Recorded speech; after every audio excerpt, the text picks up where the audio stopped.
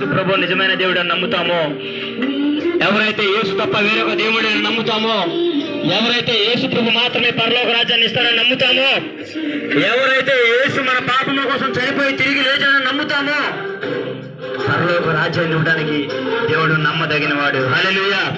చూద్దాం, ఇది కేవలం మన పాపం నిమిత్తమే ఆ శిలువకు అప్పగించుకున్న తన్ను తానే, చేతులకి మేకులు, కాళ్ళకు మేకులు, తలకు మూలకిరడానికి అప్పగించారు దేవునికి.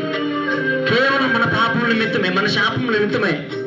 మన మంచివారం కాదు, మన బలహీనమే, అయోగ్యమే.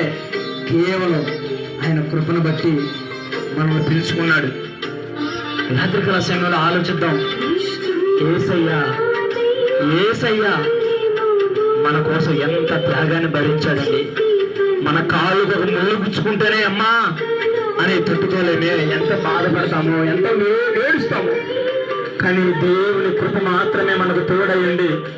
కలవరి సిలువలో 3 మేకుల మధ్య యేసయ్య మన కోసం ప్రాణం పెట్టాడు కదా, యేసయ్య మన కోసం చనిపోయాడు కదా. నిజమైన దేవుడు యేసు ప్రభు కదా. ఇంకా దేవత అనబడిన వాళ్ళు ఎవరూ లేరు, కానీ సృష్టికర్త అయిన వాడు ఒకే ఒక్కడు. ఆయన నిజమైన దేవుడుగా నిరూపించబడి మన పాపం నిమిత్తం చనిపోయి తిరిగి లేచాడు. కేవలం మన పాపము నిమిత్తం చనిపోయిన వాడు నిజమైన దేవుడు యేసు ప్రభు మాత్రమే.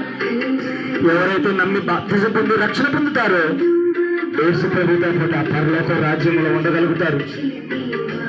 ఎంత త్యాగాన్ని మన కొరకు దేవుడు చేశాడో మనం జ్ఞాపకం చేసుకుందాం. చూద్దాం యేసు ప్రభు